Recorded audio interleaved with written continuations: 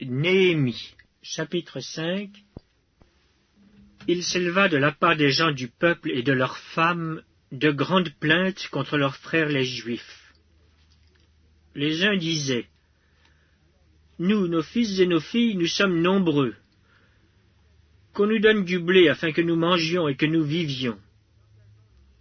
D'autres disaient: Nous engageons nos champs, nos vignes et nos maisons pour avoir du blé pendant la famine. D'autres disaient: Nous avons emprunté de l'argent sur nos champs et nos vignes pour le tribut du roi. Et pourtant notre chair est comme la chair de nos frères. Nos enfants sont comme leurs enfants.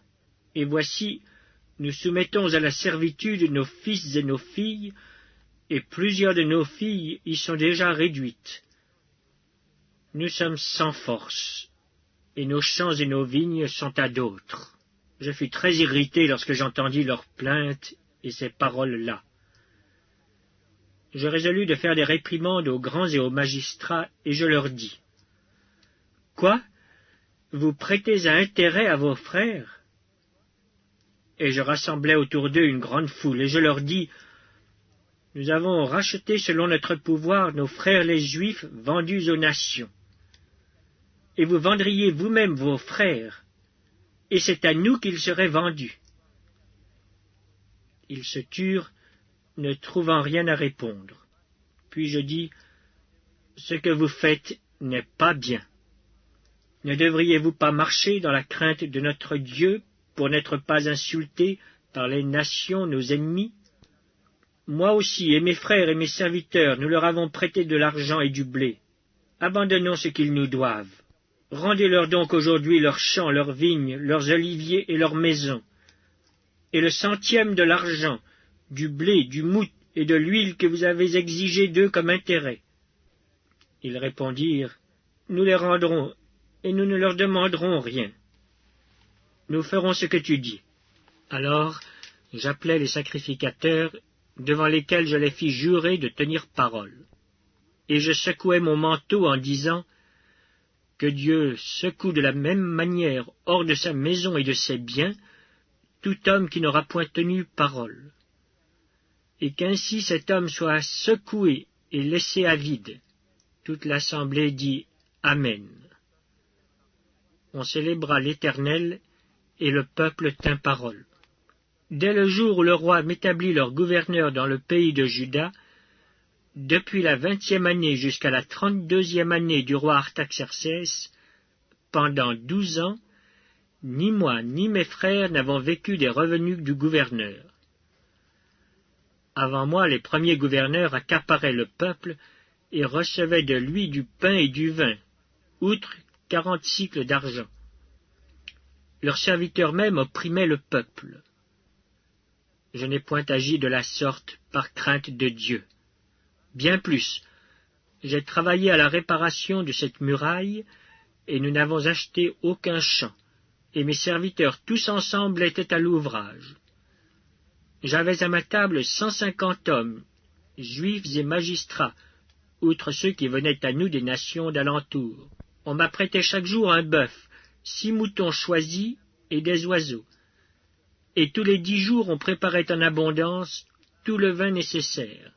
Malgré cela, je n'ai point réclamé les revenus du gouverneur, parce que les travaux étaient à la charge de ce peuple. Souviens-toi favorablement de moi, ô mon Dieu, à cause de tout ce que j'ai fait pour ce peuple. Néhémie, chapitre 6. Je n'avais pas encore posé les battants des portes, lorsque Sanballat, Tobija, Geshem, l'Arabe, et nos autres ennemis apprirent que j'avais rebâti la muraille et qu'il n'y restait plus de brèche. Alors Sanballat et Geshem m'envoyèrent dire: Viens, et ayons ensemble une entrevue dans les villages de la vallée d'Ono. Ils avaient médité de me faire du mal. Je leur envoyai des messagers avec cette réponse: J'ai un grand ouvrage à exécuter et je ne puis descendre. Le travail serait interrompu pendant que je le quitterais pour aller vers vous. Ils m'adressèrent 4 fois la même demande, et je leur fis la même réponse. Sanballat m'envoya ce message une 5e fois par son serviteur, qui tenait à la main une lettre ouverte. Il y était écrit: Le bruit se répand parmi les nations, et Gasmu affirme que toi et les Juifs vous pensez à vous révolter, et que c'est dans ce but que tu rebâtis la muraille. Tu vas, dit-on, devenir leur roi. Tu as même établi des prophètes pour te proclamer à Jérusalem roi de Juda. Et maintenant ces choses arriveront à la connaissance du roi. Viens donc, et consultons-nous ensemble. Je fis répondre à Sanballat: Ce que tu dis là n'est pas, c'est toi qui l'inventes. Tous ces gens voulaient nous effrayer, et ils se disaient: Ils perdront courage, et l'œuvre ne se fera pas. Maintenant, ô Dieu, fortifie-moi. Je me rendis chez Shemaéja, fils de Delaja, fils de Mehétabéel. Il s'était enfermé et il dit: Allons ensemble dans la maison de Dieu, au milieu du temple, et fermons les portes du temple. Car ils viennent pour te tuer, et c'est pendant la nuit qu'ils viendront pour te tuer. Je répondis: Un homme comme moi prendre la fuite? Et quel homme tel que moi pourrait entrer dans le temple et vivre? Je n'entrerai point. Et je reconnus que ce n'était pas Dieu qui l'envoyait. Mais il prophétisa ainsi sur moi parce que Sanballat et Tobija lui avaient donné de l'argent. En le gagnant ainsi, ils espéraient que j'aurais peur, et que je suivrais ses avis, et commettrais un péché. Et ils auraient profité de cette atteinte à ma réputation pour me couvrir d'opprobre. Souviens-toi, ô mon Dieu, de Tobija et de Sanballat et de leurs œuvres. Souviens-toi aussi de Noadia la prophétesse, et des autres prophètes qui cherchaient à m'effrayer. La muraille fut achevée le 25e jour du mois d'Élul, en 52 jours. Lorsque tous nos ennemis la prirent, toutes les nations qui étaient autour de nous furent dans la crainte. Elles éprouvèrent une grande humiliation, et reconnurent que l'œuvre s'était accomplie par la volonté de notre Dieu. Dans ce temps-là, il y avait aussi des grands de Juda qui adressaient fréquemment des lettres à Tobija et qui en recevaient de lui. Car plusieurs en Juda étaient liés à lui par serment, parce qu'il était gendre de Shekania, fils d'Arak, et que son fils Joshanan avait pris la fille de Meshulam, fils de Bérékia. Il disait même du bien de lui en ma présence, et il lui rapportait mes paroles. Tobija envoyait des lettres pour m'effrayer. Néhémie, chapitre 7. Lorsque la muraille fut rebâtie, et que j'eus posé les battants des portes, on établit dans leurs fonctions les portiers, les chantres et les lévites. Je donnai mes ordres à Hanani mon frère, et à Hanania, chef de la citadelle de Jérusalem, homme supérieur au grand nombre par sa fidélité et par sa crainte de Dieu.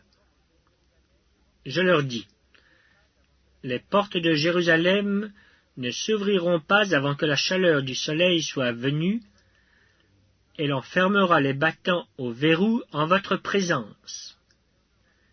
Les habitants de Jérusalem feront la garde, chacun à son poste devant sa maison. La ville était spacieuse et grande, mais peu peuplée, et les maisons n'étaient pas bâties. Mon Dieu me mit au cœur d'assembler les grands, les magistrats et le peuple, pour en faire le dénombrement. Je trouvai un registre généalogique de ceux qui étaient montés les premiers, et j'y vis écrit ce qui suit. Voici ceux de la province qui revinrent de l'exil, ceux que Nebuchadnezzar, roi de Babylone, avait emmenés captifs, et qui retournèrent à Jérusalem et en Juda, chacun dans sa ville. Ils partirent avec Zorobabel, Josué, Néhémie, Azaria, Rahamia, Nachamani, Mardoché, Bilchan, Mispéret, Bigvaï, Néhum, Baana. Nombre des hommes du peuple d'Israël, les fils de Paréosh, 2172. Les fils de Shephatia, 372. Les fils d'Arak, 652. Les fils de Pachat-Moab, des fils de Josué et de Joab, 2818. Les fils d'Élam, 1254. Les fils de Zatu, 845. Les fils de Zakaï, 760. Les fils de Binui, 648. Les fils de Bébaï, 628. Les fils d'Asgad, 2322. Les fils d'Adodikam, 667. Les fils de Bigvaï, 2067. Les fils d'Adin, 655. Les fils d'Ater de la famille d'Ézéchias, 98. Les fils de Hachum, 328. Les fils de Betsaï, 324. Les fils de Harif, 112. Les fils de Gabaon, 95. Les gens de Bethléem et de Netopha, 188. Les gens d'Anatoth, 128. Les gens de Beth Azmavet, 42. Les gens de Kirjath-Jearim, de Képhira et de Beéroth, 743. Les gens de Rama et de Geba, 621. Les gens de Mikma, 122.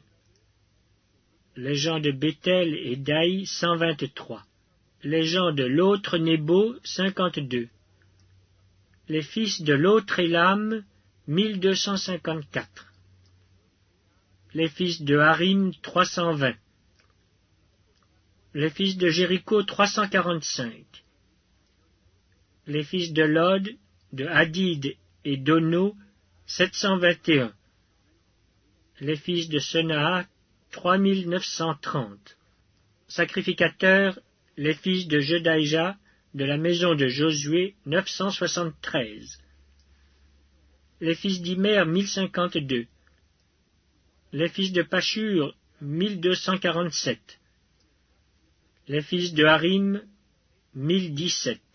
Lévites. Les fils de Josué et de Cadmiel. Des fils d'Adva, 74. Chantres. Les fils d'Azaph, 148. Portiers. Les fils de Shaloum, les fils d'Ater, les fils de Talmon, les fils d'Akub, les fils de Hatita, les fils de Shobaï, 138. Nétiniens.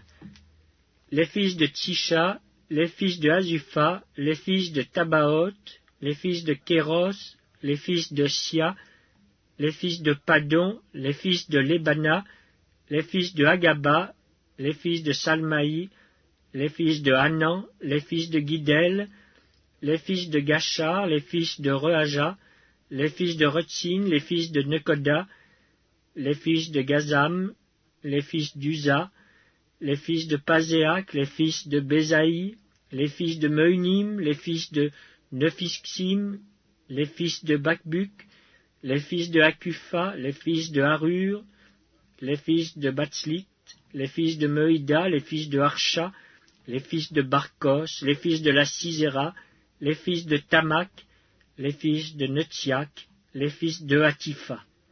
Fils des serviteurs de Salomon, les fils de Sotaï, les fils de Sophéret, les fils de Perida, les fils de Jaala, les fils de Darkon, les fils de Guidel, les fils de Shephatia, les fils de Hatil, les fils de Pokeret Hatsebaïm, les fils d'Amon. Total des Nétiniens et des fils des serviteurs de Salomon, 392.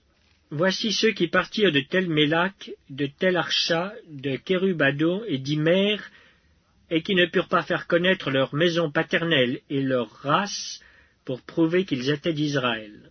Les fils de Delaja, les fils de Tobija, les fils de Nekoda, 642. Et parmi les sacrificateurs, les fils de Obaja, les fils d'Akoch, les fils de Barzilaï, qui avaient pris pour femme une des filles de Barzilaï, le Galaadite, et fut appelé de leur nom. Ils cherchèrent leur titre généalogique, mais ils ne les trouvèrent point. On les exclut du sacerdoce, et le gouverneur leur dit de ne pas manger des choses très saintes, jusqu'à ce qu'un sacrificateur eût consulté l'Urim et le Thummim. L'assemblée tout entière était de 42 360 personnes, sans compter leurs serviteurs et leurs servantes, au nombre de 7 337. Parmi eux se trouvaient 245 chantres et chanteuses. Ils avaient 736 chevaux, 245 mulets, 435 chameaux et 6720 ânes. Plusieurs des chefs de famille firent des dons pour l'œuvre. Le gouverneur donna au trésor 1000 duriques d'or, 50 coupes, 530 tuniques sacerdotales. Les chefs des familles donnèrent au trésor de l'œuvre 20 000 darics d'or et 2200 mines d'argent. Le reste du peuple donna 20 000 darics d'or, 2000 mines d'argent et 67 tuniques sacerdotales. Les sacrificateurs et les Lévites, les portiers, les chantres, les gens du peuple, les Nétiniens et tout Israël s'établirent dans leur ville.